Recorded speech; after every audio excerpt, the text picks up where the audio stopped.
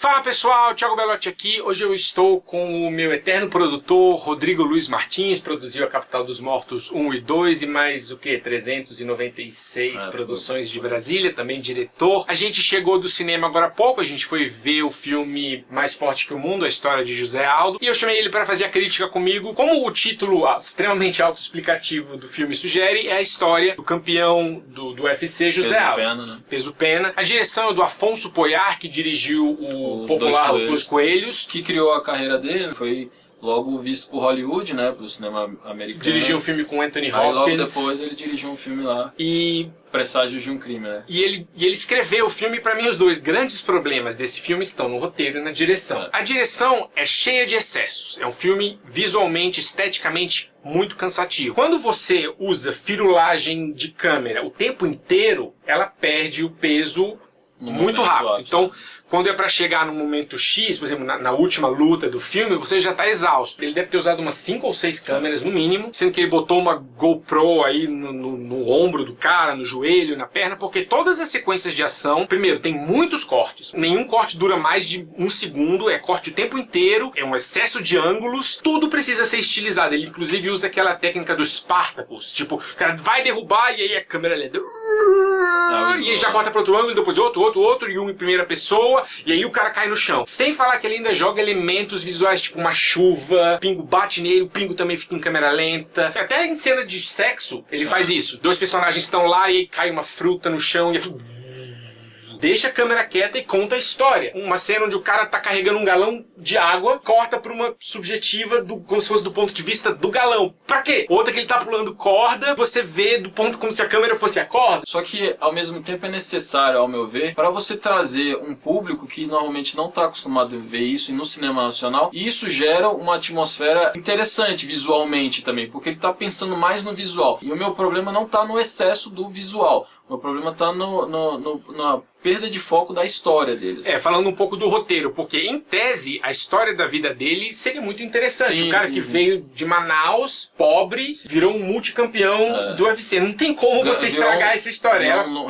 Renomado. E acabou que ele, primeiro, ele foca num período muito curto da vida dele, ele apressa os momentos que poderiam ser mais interessantes do roteiro, por exemplo, ele evoluindo como lutador. Quando ele chega pra treinar no Rio de Janeiro, ele tá praticamente pronto. Porque é como se ele já tivesse pronto e é a angústia dele. E a única coisa no caminho dele fosse ele mesmo. Tanto que a frase do filme tá até ali: sua maior luta é vencer a si mesmo.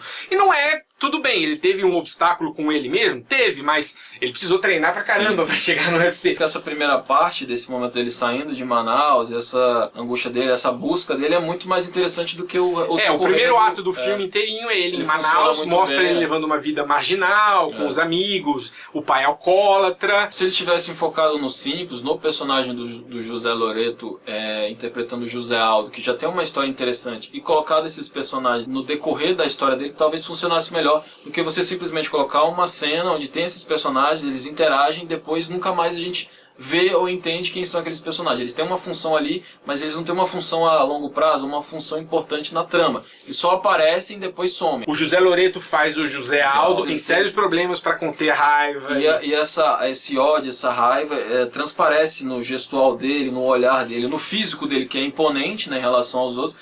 E ele tá sempre a ponto de explodir. Isso a gente percebe. Assim. Eu tava preocupado pra ver se ele ia convencer como lutador. Se ele não era só um cara com o corpo certo, mas que tava imitando um lutador. E não. Ele é extremamente competente.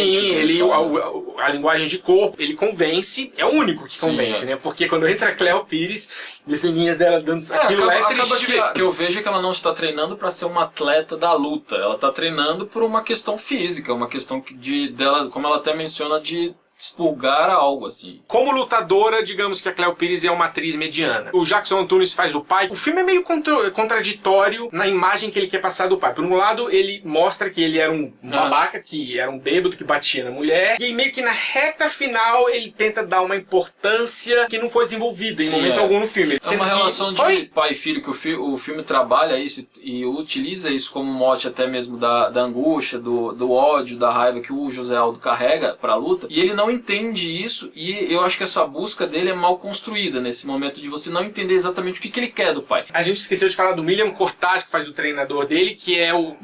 Em termos de interpretação, ele eleva o filme. Ele é bom, o cara é bom e ele convence como treinador, que era o melhor pra você.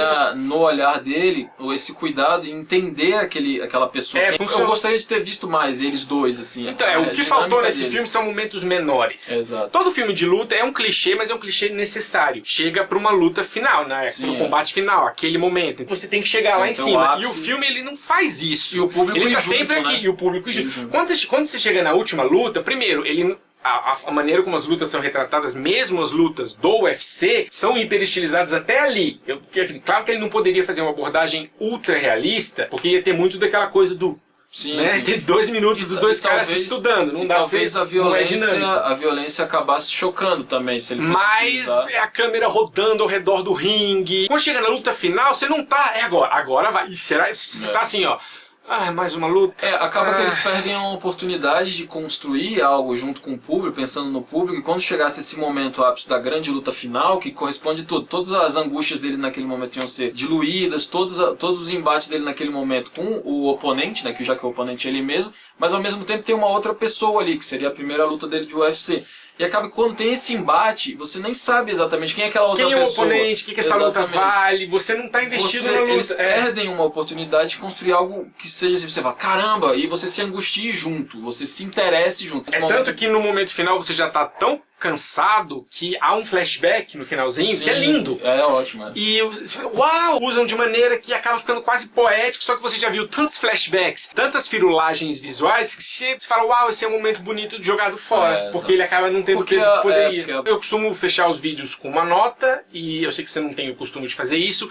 A minha nota para esse filme é 5.8. Eu indico o filme, eu acho que ele é muito interessante na abordagem, em criar essas cenas de luta, essa movimentação toda com a fotografia e uso de diversas câmeras, que é algo diferente do cinema nacional. E é um início, talvez, de algo que o próprio Poyar ou outros distribuidores ou outros diretores pensarem em um filme de ação sendo lançado. Então, resumindo, você indica, bom, mas não muito.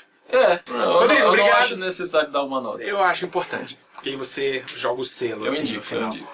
Mas não 100%. Sim, não é assim, é assim. Sim, não. Mas eu indico que as pessoas assistam mais filmes nacionais e que o Belotti faça mais a gente fez dois críticas de filmes nacionais. Ok. Então, Rodrigo, obrigado pela presença, obrigado pela contribuição. Quem quiser mais vídeos do Rodrigo, deixa algum comentário aqui embaixo, que, bom, dependendo da demanda, ele volta para criticar mais filmes comigo. É isso, pessoal. Um abraço e até a próxima.